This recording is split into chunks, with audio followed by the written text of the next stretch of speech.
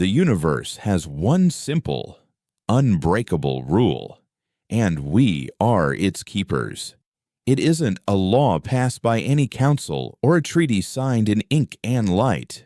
It is a truth older than our expansion, etched into the psyche of every species that travels the void. No one enters human space. They call the border the veil, a shimmering, non-Euclidean curtain of distorted space-time that marks the edge of our territory, a frontier of 200 billion stars we claim as our own. From the outside, it is a region of absolute silence. No radio signals, no energy signatures, no light from our worlds. Nothing gets out. It is the Great Silence, a cosmic dead zone that every alien navigator, no matter how arrogant or desperate, knows to avoid. They trade with us at the border stations, their ships hovering just outside the veil's influence, their crews watching us with a mixture of avarice and profound fear. They fear us not for our warships or our history of conflict, but for the ghost in our machine, the silent, empty house we inhabit. I am Dr. Aris Thorne, and I live on the precipice of that silence. My home is Listening Post Aurelia, a splinter of steel and synthetics hanging in the perpetual twilight, just 1,000 kilometers from the veil's edge. Officially, I am a xenolinguist, tasked with deciphering the endless chatter of the galaxy that flows past our little corner of space. Unofficially, my job is to stare into the abyss and listen for a reply that never comes. The station is a place of whispers and strict routine, commanded by Elias Vance, a man who seems to have been carved from the same cold iron as the bulkheads. Vance lives by the primary directive: nothing crosses, nothing communicates. His patrols skim the veil's edge. His weapon systems are always hot, and his eyes hold the weary resignation of a man who has stood guard over a sleeping monster for too long. He and I are oil and water. My curiosity is a direct threat to his control. I believe the official story that the veil is a natural stellar phenomenon. A gravitational anomaly is the most elegant lie the colonial guard ever conceived. The truth, I suspect, is far more terrifying and far more interesting. My obsession is a legacy, a torch passed to me by my mentor, Dr. Jan Lee. He was the one who first called it the pattern. He spent 2 decades at this very station, convinced that the Great Silence wasn't an absence of signal, but a signal so vast and all-encompassing that our instruments couldn't distinguish it from the background radiation of the universe. He used to say, "Don't listen for the notes, Eris, or listen for the space between them. That's where it lives." Then, 6 years ago, he vanished. The official report said he suffered a psychotic break and spaced himself. A common enough tragedy on these lonely outposts. I found his personal logs, wiped clean except for a single corrupted audio file. In it, his voice, frantic and terrified, repeated one phrase over and over again. "It's in the rhythm. It's in the rhythm." Vance refuses to discuss it, his face closing like a blast door whenever I bring it up. He confiscated Yan's research, classified it under a dozen layers of military secrecy, and warned me that following his path would lead me to the same end. But I couldn't let it go. I had to know what Jane had found. I had to understand what made the entire galaxy hold its breath when it looked our way. The day it all changed began like any other. The low hum of the life support, the bitter taste of recycled coffee, and the shimmering, silent curtain of the veil filling my viewport. I was analyzing a Cathar trade dialect, a language of clicks and resonant frequencies. when a klaxon blared through the station, sharp and intrusive. Red lights washed over my console, overriding my linguistic models. Commander Vance's voice, tight with controlled urgency, crackled over the comm. "Doctor, Thorn to the command bridge. Now. Unidentified contact. Veil adjacent." I was moving before he finished the sentence, my heart hammering against my ribs. An unidentified contact wasn't just unusual, it was impossible. Every ship in known space has a transponder that screams its identity. To be unidentified meant you were either a ghost or you were something new. The command bridge was a hive of quiet, disciplined panic. Vance stood like a statue at the center, his gaze locked on the main view screen. On it hung a shape that didn't belong. It was a ship, but like none I had ever seen. It wasn't built of metal plates and welded seams. It looked grown, a crystalline, biological structure of interlocking spirals and iridescent membranes, like a deep-sea creature dredged up into the void. It was grievously wounded. A great, gaping hole marred one side, venting frozen atmosphere into space, and its organic lights pulsed weakly, out of sync. It was drifting, tumbling slowly, on a direct collision course with the Veil. "Status!" Vance's voice cut through the tension. "No transponder, no comms, no energy readings consistent with any known drive system," an officer reported, his fingers flying across his console. "It just appeared, dropped out of FTL less than 5,000 kilometers out." Vance's knuckles were white where he gripped the command rail. "It's alien," I whispered, my eyes wide, unable to look away from the screen. "Truly alien. This is first contact, Commander." He shot me a look of pure ice. "This is a breach. Lock all weapon systems. Target the vessel. Prepare to fire on my command." My blood ran cold. "Fire. You can't be serious. They're wounded, helpless. They might be asking for help. The directive is clear, Doctor," he snapped, his voice dangerously low. "Nothing crosses. That ship is too close. It's a potential contaminant. It's a potential scientific breakthrough that could change human history," I argued, stepping closer. "We have a duty to investigate, to offer aid." "My only duty is to this station and the integrity of that border," he retorted, turning his back to me. For a moment, there was only the hum of the ship and the silent, agonizing drift of the alien vessel toward the shimmering wall of the Veil.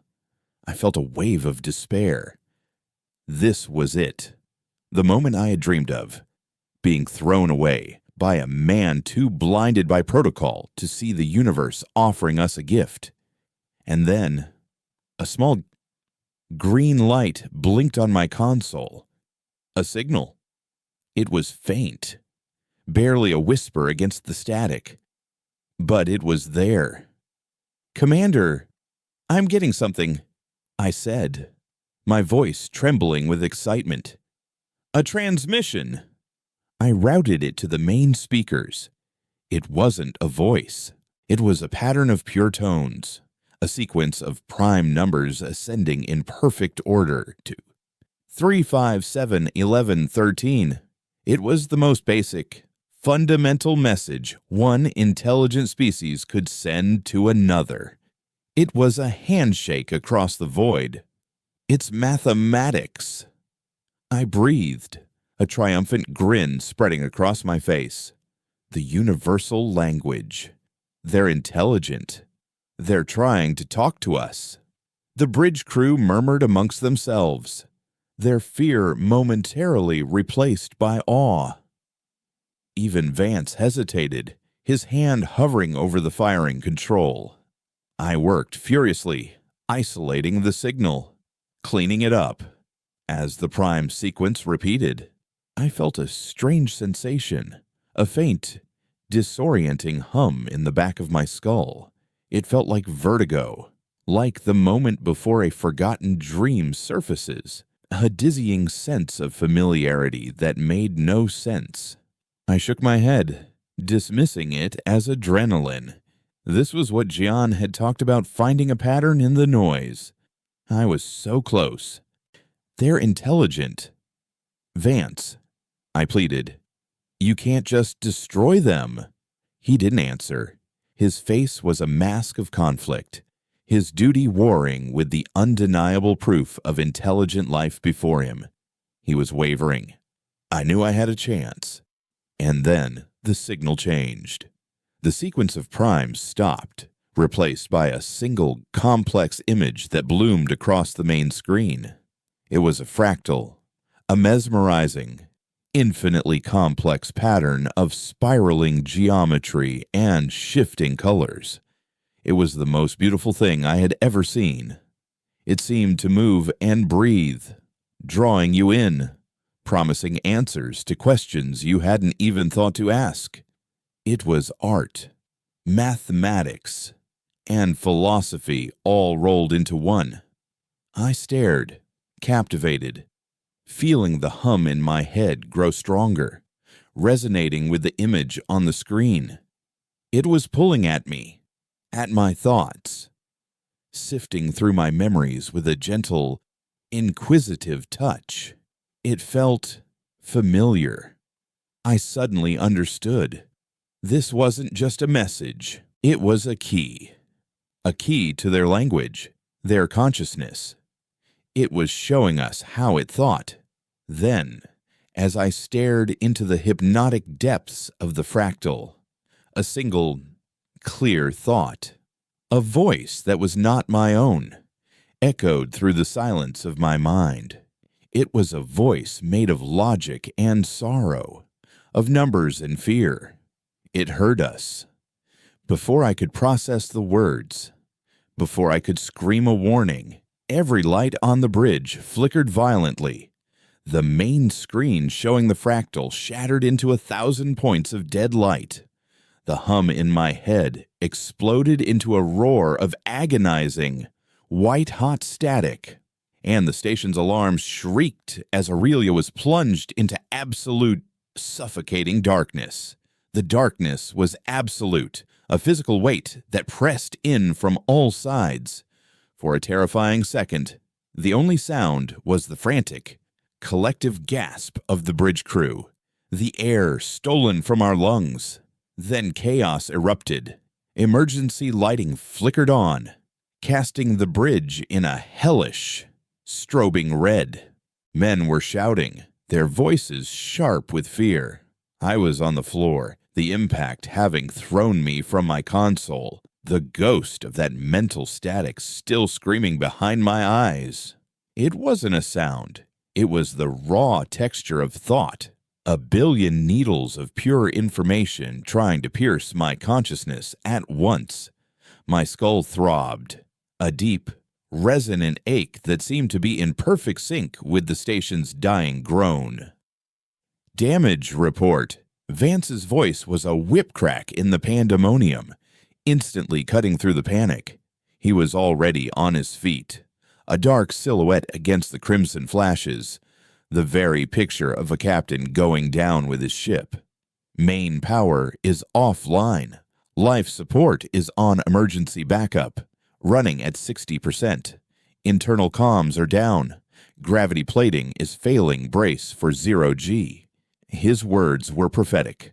A low shudder ran through the deck, and that familiar, reassuring pressure on the soles of my boots vanished. I floated a few centimeters off the floor, my stomach lurching. Loose data pads and styluses began a slow, silent ballet through the air. The red strobes cast long, dancing shadows that made the scene look like a nightmare painting. I grabbed onto the base of my console to anchor myself, my mind racing, trying to piece together what had just happened. The fractal, the voice. It heard us. It wasn't an attack. I realized with a sickening lurch of certainty. It was a scream. The alien ship hadn't disabled us. It had been screaming in terror, and in doing so, had drawn the attention of something else entirely. The ship. I yelled, my voice hoarse. What happened to the alien ship? Vance ignored me. His focus absolute. Engineering. Report. Get the primary reactor back online. Reroute all available power to command and control. He was shouting into a dead channel, but his training wouldn't let him stop. He kicked off a bulkhead, propelling himself toward the manual comms panel. I pushed myself back to my console, my fingers fumbling with the cold, dead controls. The screen was a black mirror reflecting my own pale, terrified face. The entire station's sensorium, our eyes and ears on the void, had been blinded and deafened in an instant. The power surge had fried everything. We were adrift, blind and mute, on the edge of the one place in the universe you never, ever wanted to be lost. Hours bled into one another in a disorienting soup of fear and frantic activity. The engineering crew, working by flashlight and guts, managed to bypass the fried conduits and restore partial power to the bridge. The main lights flickered back on, a sickly, institutional white that revealed the full extent of the chaos. Consoles were smoking, display screens were cracked, and the air was thick with the acrid smell of burnt electronics. But the artificial gravity returned, planting our feet firmly back on the deck with a collective groan. The first thing everyone did was look at the main view screen.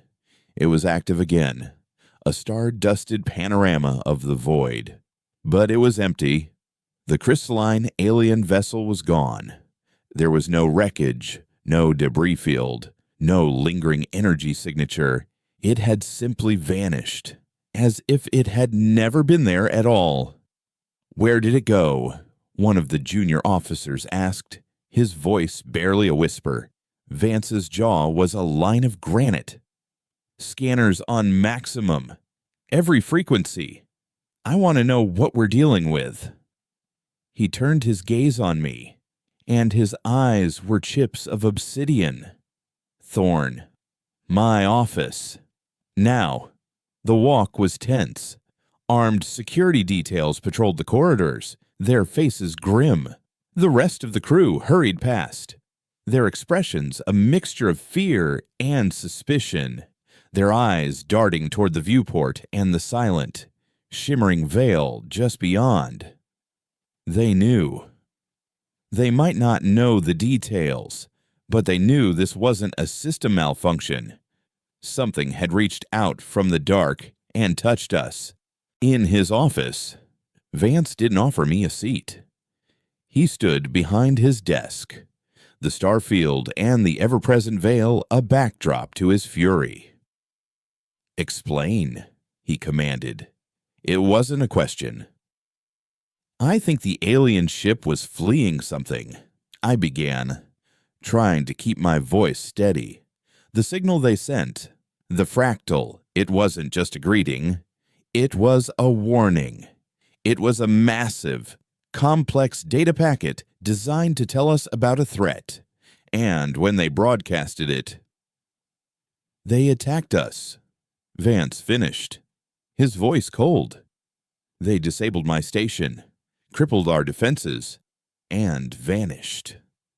That's an act of war. Doctor, no. I slammed my hand on his desk, a breach of protocol that made him flinch. You're not listening. They weren't the threat. They were running from the threat. The power surge wasn't from their ship. It came from the veil. The thought I heard, the message inside the signal, was pure terror. They said it heard us. They weren't talking about us. They were talking about whatever is inside the veil. Their broadcast woke it up, and it retaliated. Vance stared at me for a long moment, his expression unreadable. I expected him to call security, to have me sedated and locked in the brig. Instead, he seemed to deflate, the rigid military posture slumping into something that looked almost like despair. He ran a hand over his face, the gesture of a man bone-deep weary. "My mentor, Jian Li." I pressed, sensing a crack in his armor. He spoke of a pattern, a rhythm in the silence. He believed something was in there. What did he find? Elias. What did you classify? He looked up, and for the first time, I saw not a commander, but a haunted man. He found the same thing you did. Iris. A ghost. A signal hidden in the noise. He spent the last 2 years of his life trying to communicate with it. He thought he was on the verge of the greatest discovery in human history. Vance walked to the armored viewport of his office, staring out at the shimmering curtain of space-time. One day, we received a priority, one directive from Colonial Command. Cease all deep-level analysis of the Veil. All of Jian's research was to be classified, sealed, and prepared for transport. Jian refused. He locked himself in his lab. He said he was close, that he could almost understand the rhythm. The night before the transport ship arrived to take his data, he wiped his logs and took a walk out the airlock. The official story holds. I felt a chill that had nothing to do with the station's temperature. You don't believe it, do you? Vance turned back to me, his face grim. What I believe is that Jian stared into the abyss, and the abyss stared back, and what he saw broke him. Now, you've done the same thing. You amplified a signal from an unknown species and pointed it directly at the thing we are supposed to be watching. You didn't just knock on the door. Doctor, you kicked it down. His demeanor hardened again, the commander replacing the man. This event is now classified under the Ares Protocol. You will not speak of it to anyone. You will not access the signal data. You will return to your duties, and you will forget this happened. Am I clear? I nodded, but it was a lie. And we both knew it. I couldn't forget. I couldn't go back to translating trade dialects after I had felt the touch of another consciousness. After I had heard the echo of its terror, I had to see the data. I had to know what was in that fractal. Vance had locked down the system logs, but I knew the station's network better than anyone. My own console continuously buffered all incoming data streams. Even if the main server logs were sealed, a ghost of the signal would exist in my system's cache, a temporary file that would be overwritten within a few hours. I had a window, and I had to take it.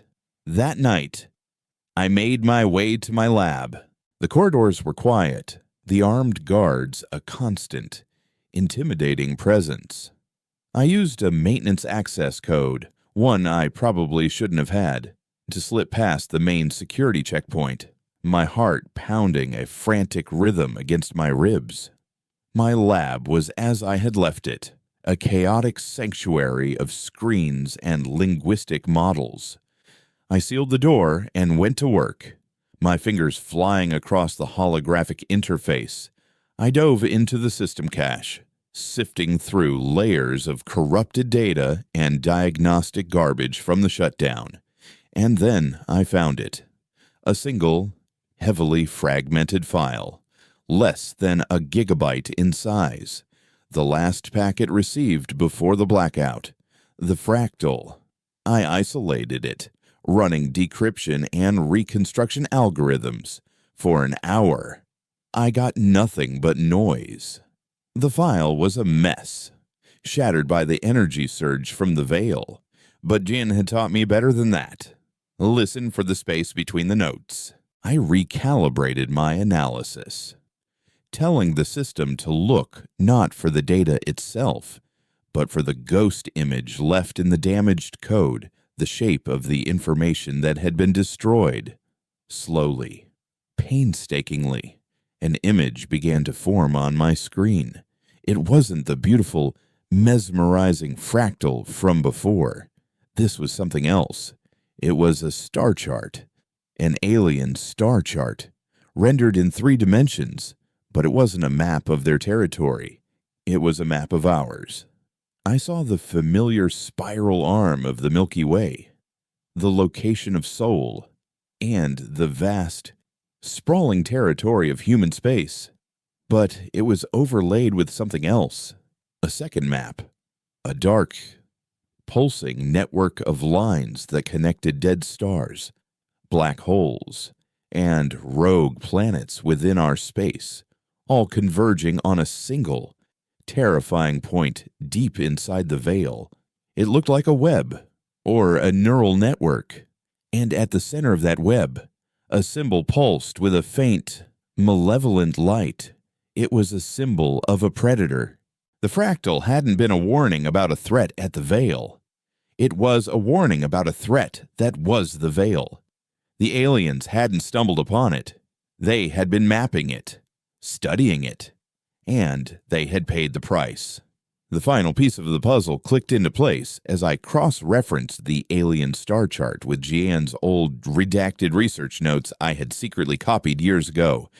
His last entry, written in a shaky, barely legible hand, spoke of a signal he had finally isolated from the veil's background noise. He called it the heartbeat, a slow, steady, impossibly powerful pulse that originated from the exact center of the dark network on the alien map. And then I saw the date of his final entry. It was the same day he allegedly took his own life. My blood turned to ice. Jian hadn't committed suicide. He had made contact. He had found the heart of the predator, and it had silenced him. As I stared at the screen, a low hum started in the back of my head, a faint echo of the feeling from the bridge. It was different this time. Not a burst of information, but a slow, rhythmic thrumming. Thump, thump, thump, thump. It was the sound of a cosmic heart beating in the silence. The great silence wasn't an absence of life. It was a hunting ground, and the predator had been sleeping. But now, thanks to me, thanks to the alien's desperate scream, it was starting to wake up, and it knew we were here. The hum grew louder, the rhythm matching my own frantic heartbeat, and I had the sudden, terrifying realization that it wasn't just in my head anymore. The lights in my lab began to flicker, and the very walls of the station seemed to vibrate in time with that slow, ancient, and impossibly hungry pulse. The vibration was a physical thing now, a low-frequency hum that resonated deep in my bones. It wasn't the familiar shudder of a straining engine or a grav plate malfunction. This was the station itself, the metal and composite of its structure, reacting to something from outside. The lights in my lab pulsed in time with the thrumming, a slow, hypnotic beat that made the shadows on the walls dance like living things. Thump, thump. My own heart hammered against my ribs, a frantic counter-rhythm to the station's deep, resonant pulse. I scrambled to shut down my console to erase any trace of the alien star chart, but my hands were shaking too badly. A primal fear, cold and absolute, had seized me. The predator in the veil wasn't just a concept on a map anymore. It was here. It was touching us. A new alarm, one I'd never heard before, began to blare through the station's internal comms, a discordant, wailing siren that sounded like a machine screaming in pain. It was the structural integrity alarm. Vance's voice, now strained and raw. Cut through the noise. All hands, brace for impact. I repeat, brace for impact. We have multiple microfractures forming along the primary hull. Source unknown. I pushed away from my console and stumbled toward the corridor, my mind reeling. Microfractures. The station was being torn apart from the outside, but by what there was nothing on the sensors, nothing on the view screen but the serene, shimmering curtain of the veil. I had to get to the bridge. I had to show Vance the map.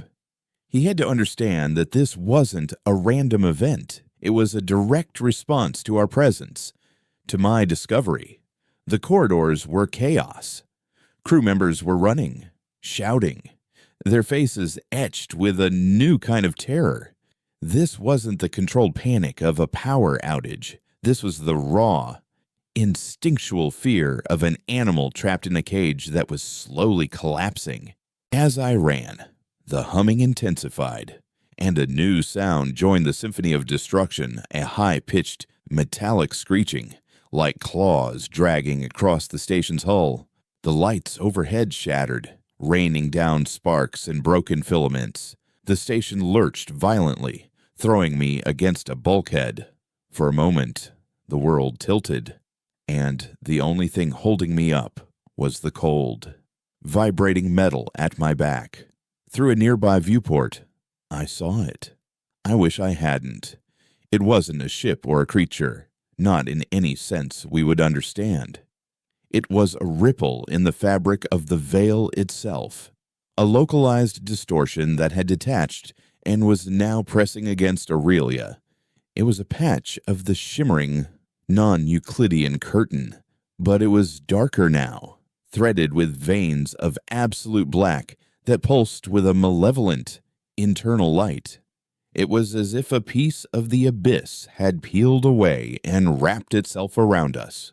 Where it touched the station's hull, the metal buckled and warped, glowing a dull, angry red, not from heat, but from the sheer wrongness of the contact. The laws of physics were being rewritten on our hull, and our technology was screaming its protest. I reached the bridge just as another violent tremor rocked the station. The command crew were strapped into their chairs, their faces pale in the crimson glow of the emergency lights. Vance stood at the center, gripping the command rail, his knuckles white. He looked like a captain staring into the maw of a leviathan. Thorn, he roared over the din. "What in God's name did you do?" "It's the veil," I shouted back, pointing a trembling finger at the main view screen, which now showed a terrifyingly close view of the dark, pulsing ripple. "It's not a place. It's a thing, an entity. The alien signal woke it up, and it knows we're here." I projected the alien star chart onto the main screen. The dark, web-like network overlaying our own star map. This is what they were trying to show us. A predator, Vance. We're not guarding a border. We're living in its mouth. For a second, the crew stared at the map, at the pulsating symbol at its center, and a wave of horrified understanding washed over the bridge. The pieces clicked into place with an audible, collective gasp. The great silence, the missing ships, Jian Li's suicide. It all pointed to this. We were a colonial species that had built its nest in a dragon's lair, and we had just prodded the beast with a very sharp stick. The screeching intensified, and the station groaned, a deep, agonized sound of tearing metal. "Hull breach on decks 7 through 9. An officer yelled, his voice cracking. "Life support failing. We're venting atmosphere." Vance's eyes darted from the screen to me, a maelstrom of fury, fear, and dawning horror in his gaze. The Ares protocol, the secrecy, the denial, it had all been for nothing. The monster was at the door, and it was tearing the house down. He finally understood. "Evacuate the station," he ordered, his voice suddenly calm, stripped of all emotion but grim resolve. Launch all escape pods. Send a priority 1 distress call to High Command. Scramble the message. Full encryption. Tell them the Veil is awake. He turned to his tactical officer. And prepare to self-destruct. If we can't get away, we're not leaving this station for that thing to pick apart. The self-destruct. A final, desperate act of defiance. To deny the predator its meal. It was a suicide order, but no one questioned it. Every person on that bridge understood the stakes. We had seen the face of the enemy, and annihilation was preferable to whatever it had in store for us. The crew worked with a desperate and a focused efficiency, their training taking over where courage failed. I helped where I could, rerouting the last dregs of power to the escape pod bays, trying to bypass the fried systems that were preventing them from launching. The station was dying around us. The air grew thin and cold, and the groans of the hull became a constant, terrifying chorus. We were in a race against time, a race against a thing that didn't seem to operate on time at all. I was working on the launch sequence for the final pod when Vance grabbed my arm. His face was streaked with grease and sweat, but his eyes were clear. "Thorn, get in. That's an order." "What about you?" I asked, my breath fogging in the cold air. "A captain's place is on the bridge," he said, his voice flat. "I need to make sure the self-destruct sequence is initiated and can't be stopped. Now go." He shoved a data chip into my hand. It was black, unmarked, military grade. "Genes complete, unredacted research, everything I hid from you. The distress call won't be enough. They won't believe it. They'll call it a pirate attack, a freak accident. You have to get this to them. You have to make them understand. You have to make them listen." I stared at him. At this man I had despised for his rigidity and his adherence to protocol. And in that moment, I saw the truth of him. He wasn't a blind follower of rules. He was a soldier who had been given an impossible watch, and he had stood it to the very end. He was sacrificing himself, and the entire station, to buy the rest of humanity a warning. I got into the escape pod, its cramped interior a stark contrast to the chaos outside. Through the small viewport, I could see the bridge, see Vance standing at his post as the station tore itself apart around him. He gave me a final, grim nod. Then the pod launched, a violent, gut-wrenching acceleration that threw me back into my seat. I watched as listening post Aurelia, my home for 6 years, receded into the distance. It was a broken thing, scarred and bleeding light and atmosphere into the void, still clutched in the dark, pulsing embrace of the entity from the veil. I saw a final flash from the bridge, the self-destruct sequence initiating. And then, the entity reacted. It wasn't just pressing against the station anymore. It was consuming it. The dark tendrils of the ripple plunged into Aurelia's hull, not with force, but with a horrifying fluidity. Like ink bleeding into paper, the station's structure seemed to dissolve, its sharp, metallic lines softening, flowing, being drawn into the dark mass of the entity. The self-destruct never happened. There was no fiery explosion, no brilliant flash of light. The station simply deflated.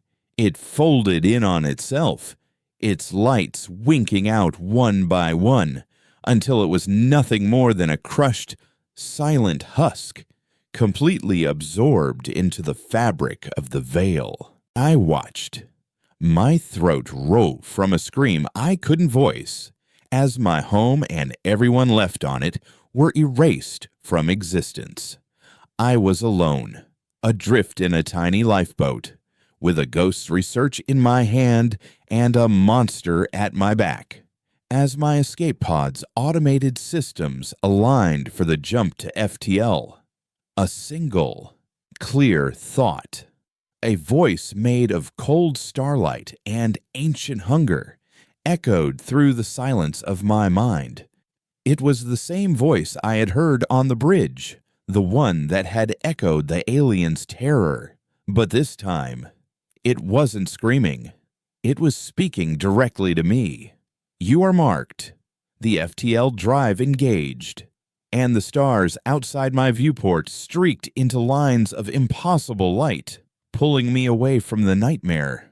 But I knew, with a certainty that chilled me to my soul, that I wasn't escaping. I was just the first part of the infection to be released into the wild. The predator was awake. It was hungry. And now, it had my scent.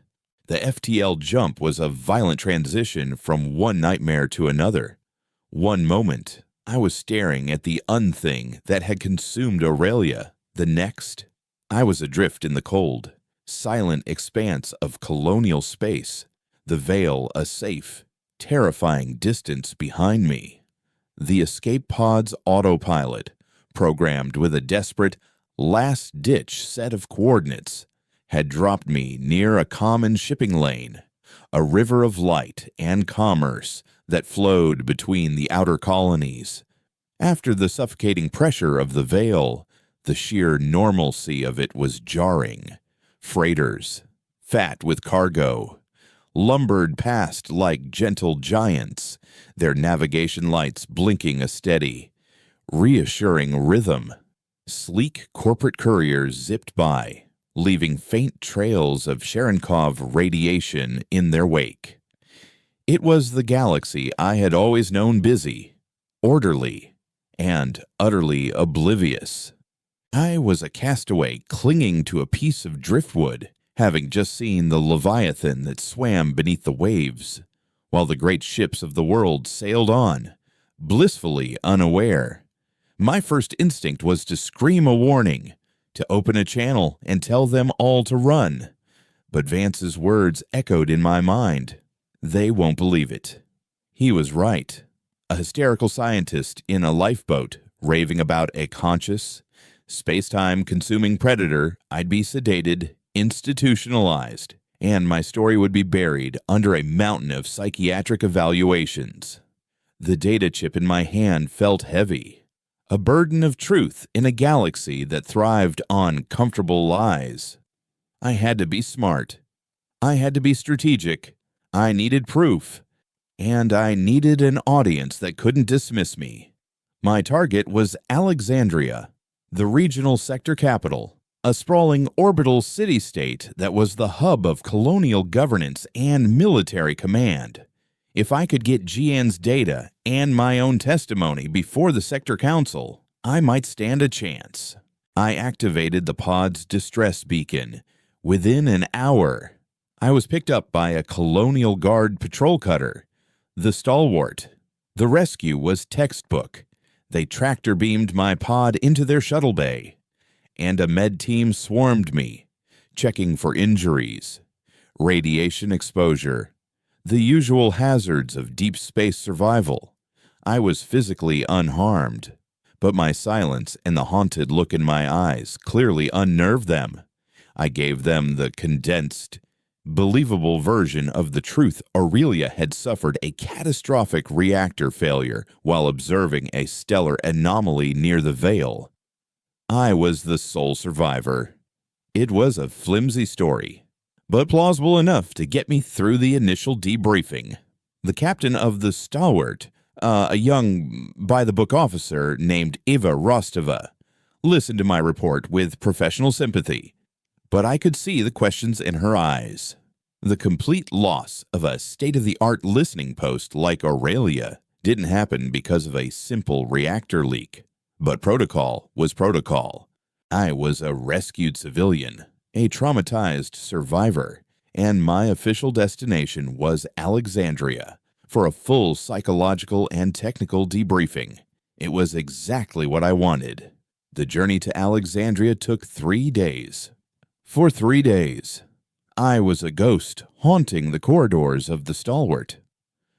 I ate in my assigned quarters, avoided the mess hall, and spent hours staring out at the starfield, half expecting to see a dark ripple forming in the distance. The voice you remarked was a constant, silent echo in my thoughts. It wasn't a memory, it was a lingering presence, a psychic scar that throbbed with a dull ache whenever I let my guard down.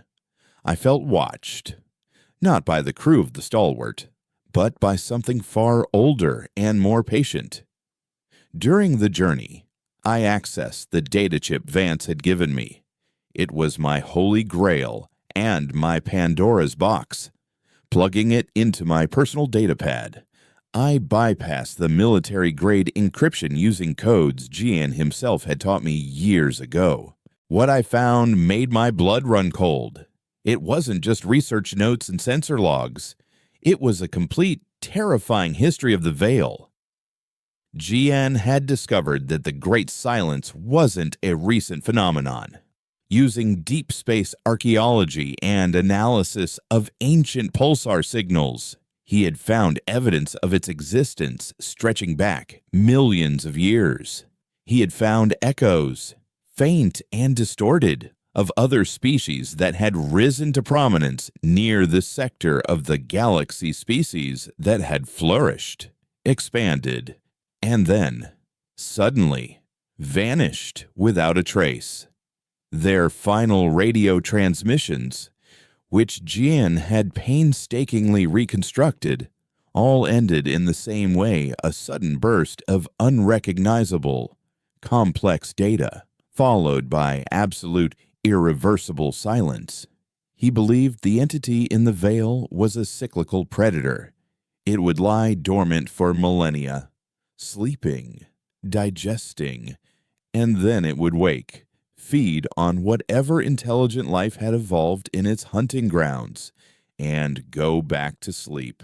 The Veil itself was the creature's stomach, a pocket of distorted space-time where it broke down its prey. Gian's final logs were a harrowing descent into obsession and terror. He had finally managed to translate a fraction of the heartbeat, the signal from the entity's core. It wasn't a communication. It was a biological process. He was listening to the creature's digestive system. His last, frantic entry was a single, chilling hypothesis. The entity didn't just consume matter and energy. It consumed information, consciousness. It fed on the complex patterns of intelligent thought, the Cathar, the long-vanished Glyptons, the star-faring Celentines. They hadn't just been wiped out. They had been learned. Their science, their art, their languages, their fears, all of it absorbed, assimilated into the predator's vast, unknowable mind. That's why the aliens had been so terrified. They hadn't just found a monster, they had found the graveyard of 1,000 civilizations, and they knew they were about to become the newest headstone. And Gian, in his desperate attempt to communicate, had offered it a taste of a new, fascinating meal humanity. When the Stalwart arrived at Alexandria, the sheer scale of the city was breathtaking. It was a testament to human ambition, a web of spinning rings and towering spires connected by streams of light, home to 50 million souls. Warships glided between the rings like sharks, and civilian traffic filled the space between. A vibrant, chaotic dance of life. It was everything we had built, everything we were, all floating in the dark, and it was all on the menu. My debriefing was held in a sterile, windowless room in the heart of the military command spire. I sat across a steel table from a panel of 3 Captain Rostova, a grim-faced intelligence officer named Kalen, and an elderly, sharp-eyed woman who introduced herself as Counselor Tarsus, a high-ranking member of the colonial government. I told them the same story I'd told Drostova, the reactor failure, the anomaly. I watched their faces, gauges of disbelief and suspicion. They asked questions, poked holes in my testimony, their voices calm and professional as they tried to dismantle my story. I let them. I needed them to see the cracks, to feel the wrongness of it, before I gave them the truth. Dr. Thorne, Kalen began, his voice a silky, dangerous purr. The loss of a station like Aurelia requires a more substantial explanation. The black box was destroyed. Your logs are gone. You are the only source of information. We need more than a stellar anomaly. This was my moment. You're right, I said, my voice quiet but firm. The story I gave you was a lie. A necessary one. I placed Vance's data chip on the table. The truth is in there. The truth that Commander Vance and his entire crew died to protect. Counselor Tarsus leaned forward, her eyes narrowing. And what truth is that? Doctor, the truth is that listening post-Aurelia was not destroyed by a malfunction. It was consumed, I said, letting the word hang in the silent room. It was eaten by a sentient, predatory entity that lives inside the veil, an entity that has been awakened, and it's coming for us. Kalen snorted, a sound of pure derision. A sentient predator, Doctor. With all due respect, you've suffered a traumatic ordeal. I have my full faculties. Officer, I cut him off, and my voice rising with an intensity that made him sit up straight. For 60 years, we've treated the veil as a gravitational anomaly, a dead zone. We were wrong. It's a hunting ground. Commander Vance initiated the Ares Protocol. Does that sound like a response to a traumatic ordeal? The mention of the Ares Protocol sucked the air out of the room. It was a top-secret, last resort directive, a ghost story whispered by high-level officers, rumored to be a contingency plan for an extinction-level threat. For me to know its name was proof of something far beyond a simple accident. Counselor Tarsus picked up the data chip, her expression grim. I will have my best cryptographers verify this. You will be placed in secure quarters until we have answers. If what you say is true, she trailed off, the implications hanging unspoken. If it's true, I finished for her, then our entire understanding of the universe is a lie, and we are no longer the apex predator. They placed me in a comfortable, but inescapable, room high in the spire. It felt more like a cage than quarters. I watched the endless flow of city traffic outside my viewport, feeling a profound sense of detachment. I had delivered the warning. Now, all I could do was wait and hope they were wise enough to listen. My hope was short-lived. A day later, Kalen returned. He didn't bring guards. He came alone. His face was pale, his professional smirk gone, replaced by a deep, unsettling fear. We decrypted the chip, he said, his voice a strained whisper. We saw it all. Jian Li's research, the alien star chart, your own sensor logs from the final moments of Aurelia. He sank into a chair, looking like a man who had aged a decade in a day. The council is in lockdown. They're calling it the Thorne Hypothesis. They're terrified, but they're also paralyzed. To admit this is true would be to cause a panic that would tear the colonies apart. They're talking about suppression, burying the data, classifying Aurelia's destruction as an attack by an unknown alien species to justify a military buildup. "You can't let them," I said, my voice shaking with rage. "A military buildup is useless. You can't shoot a hole in space-time. They need to evacuate the outer colonies. Pull everyone back. Create a quarantine zone." "They won't," Kalen said, shaking his head. "They're politicians. They're trying to manage a crisis, not solve it." "But I saw the logs. I saw what happened to your station." He looked at me, and his eyes were filled with a terrible, dawning horror. "The energy signature from the entity, the one that crippled Aurelia. We've detected it again. A faint, barely perceptible trace. It's not at the Veil. It's here, inside the Alexandria system." My blood turned to ice. "What? How?" "We don't know, but the signature is centered on the spire, on this very level." He stood up, his hand resting on the sidearm at his hip. "The voice you heard in your head, the one that said you were marked. What did it feel like?" "Like a scar." I whispered, the hum in the back of my skull suddenly returning, faint but undeniable, like it left a part of itself inside me. Kalen's face was a mask of grim understanding. "It didn't just mark you, Doctor. It tagged you. You're a beacon, a homing device. You led it right to us." The hum grew louder, the familiar thump-thump echoing in my bones. And I realized with sickening certainty that it wasn't just in my head anymore. It was in the room. The lights in my luxurious prison began to flicker, and outside the viewport, the vibrant and chaotic dance of city traffic began to slow, as if the entire city was holding its breath. The predator hadn't followed me. It had ridden with me, and I had just delivered it to the largest buffet in the sector.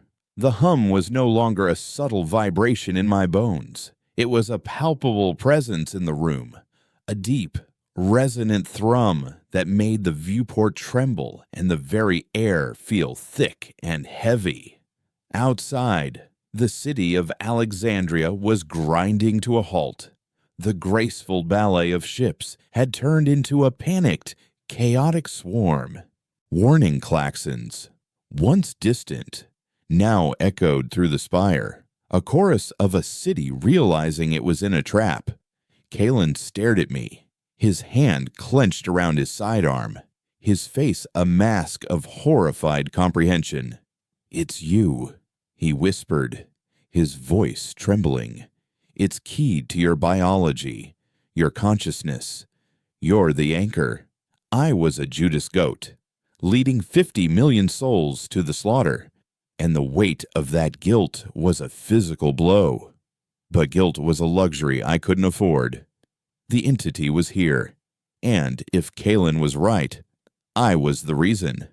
That also made me the only variable in the equation, the only one it was directly connected to. Where is the counselor I demanded? My mind racing, a desperate, insane plan beginning to form. Where is Tarsus? She's in the council chambers, 20 floors up. Kalen stammered. Trying to lock down the city. Declare martial law. That's a coffin. I cut him off. Locking down the city just keeps the food in the pantry. We have to give it something else to eat. We have to draw it away. Kalen looked at me as if I were insane, but the hum intensified, and the spire groaned. A deep, structural protest against a force it wasn't built to withstand. The time for debate was over. He nodded, a grim, final acceptance. What do you need? I need access to the city's primary broadcast network. And I need a ship. The fastest one you've got. The plan was simple, and almost certainly suicidal. The entity had followed my psychic scent across the stars. It was focused on me, on the unique pattern of my consciousness.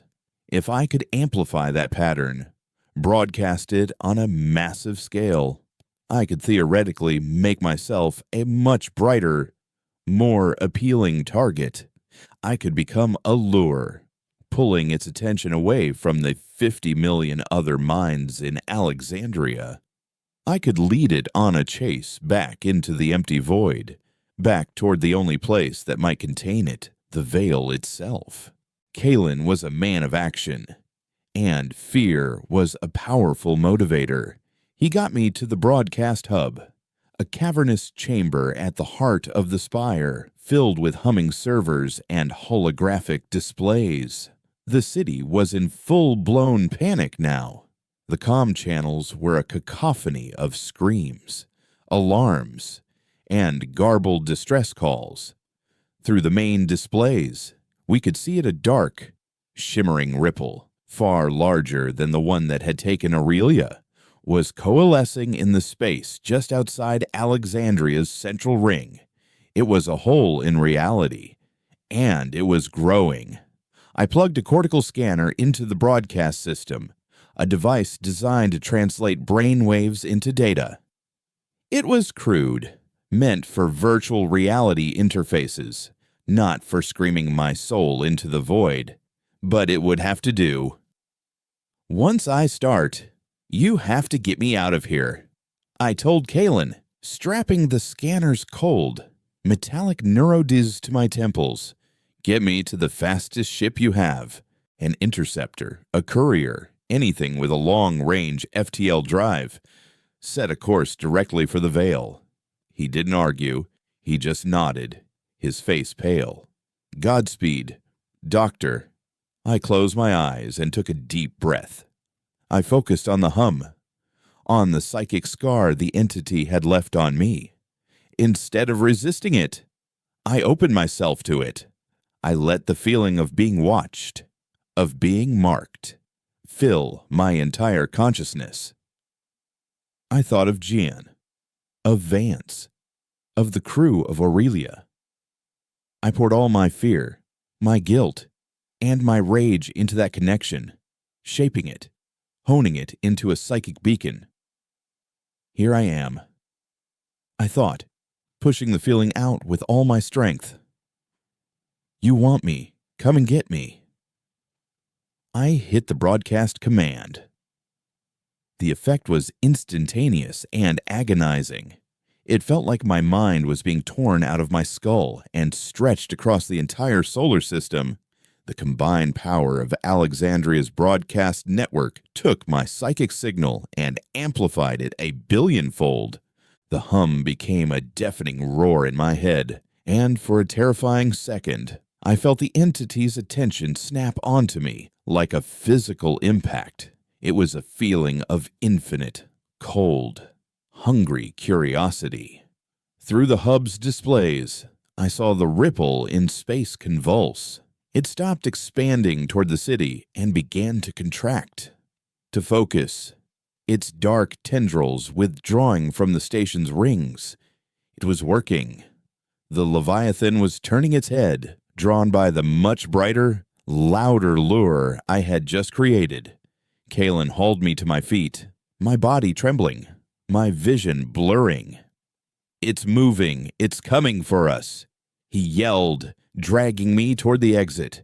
The escape was a fever dream of screaming alarms and panicked crowds. Kalen used his authority like a weapon, clearing a path through the corridors to a private hangar bay high in the spire. There, a ship waited, a sleek, black military courier, the Silent Runner, its engines already glowing hot. We boarded just as a violent tremor shook the entire spire, sending cracks racing across the hangar's viewport. The entity was getting closer. Kalen shoved me into the cockpit. The course is locked. It's all automated. It will take you straight to the coordinates of Aurelia's last known position. You're not coming, I asked, my voice weak. He gave me a grim, sad smile. Someone has to stay behind and try to pick up the pieces. Someone has to tell them what you did. He sealed the cockpit and slapped the launch control. The silent runner shot out of the hangar like a bullet, its inertial dampeners barely compensating for the brutal acceleration. I looked back at Alexandria. The dark ripple in space was no longer attached to the city. It had detached and was now moving, reshaping itself into a streamlined, predatory form. And it was following me. The chase was on. The journey back to the Veil was a solitary torment. The ship was on autopilot, its systems screaming warnings as our pursuer gained on us. I didn't need the sensors to tell me it was close.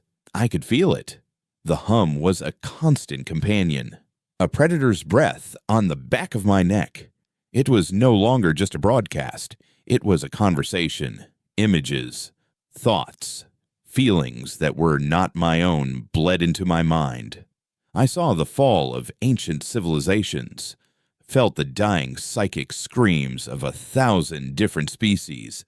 I felt the entity's immense, patient loneliness, and its even more immense, eternal hunger. It wasn't evil, not in the way we understood it. It was a fundamental force of nature, a cosmic predator playing its part in a food chain that spanned eons. And it was fascinated by me. It saw humanity's chaos, our contradictions, our capacity for both selfless sacrifice and brutal violence. And it found us. Delicious. It was showing me all this.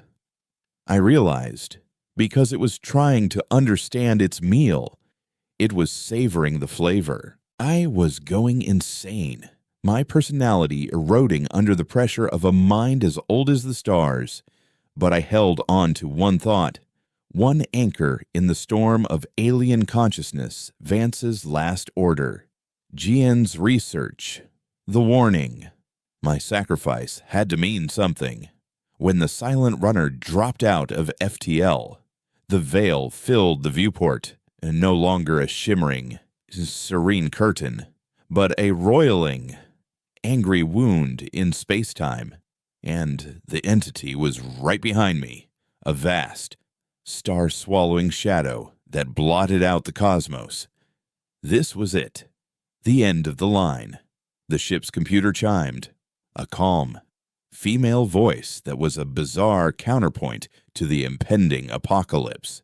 Destination reached. Engine core is primed for overload as per final command protocol.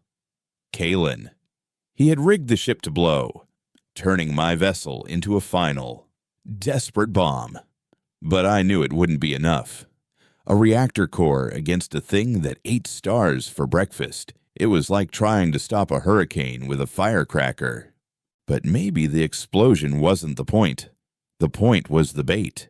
The entity wanted my consciousness, the complex, messy pattern of a human mind.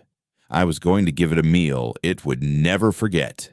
I grabbed the cortical scanner, the neurodes still attached to my datapad, which held all of Jian's research, the history of 1,000 consumed species, the analysis of the veil, the frantic terror of his final days. I rerouted the ship's power, not to the engines, not to the weapons, but to that scanner. I was going to broadcast everything Jian's mind. My mind, the collective memory of every species the entity had ever devoured directly into its consciousness at the exact moment the reactor went critical. It was a data bomb, a poison pill of pure information. I didn't know if it would kill it. I doubted it. But maybe, just maybe, I could give it the one thing it had never tasted before indigestion. As the entity enveloped my ship, its dark, non-Euclidean form pressing in on all sides, I closed my eyes. The hum became an all-consuming symphony. I felt my mind connect with the entities. A tiny boat swept up in a cosmic ocean. I opened the floodgates. Eat this. The last thing I experienced was not pain or fear, but a sense of overwhelming, deafening surprise that was not my own. The reactor blew, and my world, my mind, and the Predator's symphony all dissolved into a single, final point of absolute, perfect silence. The galaxy held its breath. On Alexandria, on Earth, on 100 worlds, humanity watched as the dark ripple in space, the Thorn anomaly, simply vanished. The threat was gone. They didn't know how or why. They only knew that a lone scientist in a stolen ship had flown into the heart of the monster and had not come back. They called me a hero, a savior. They built monuments, but they also heeded my warning. They pulled back from the veil, establishing a permanent, heavily armed quarantine zone. The great silence returned. The border, once again, a place of whispers and fear. The rule, older than humanity itself, was reinstated, but now with a terrible understanding of why it existed. No one enters human space, and from our side, no one ever goes out. Sometimes, late at night, a deep space listening post on the edge of the quarantine zone will pick up a strange signal. It's not a heartbeat. It's a new rhythm, faint and complex. A signal that sounds like a confused, contemplative echo. It is the sound of a predator that has eaten something that disagreed with it, something that gave it a soul. It is the ghost in the machine, my ghost, forever haunting the silence, a permanent, indigestible memory in the mind of God. I am Dr. Eris Thorn, and I am the keeper of the veil now. My watch is eternal.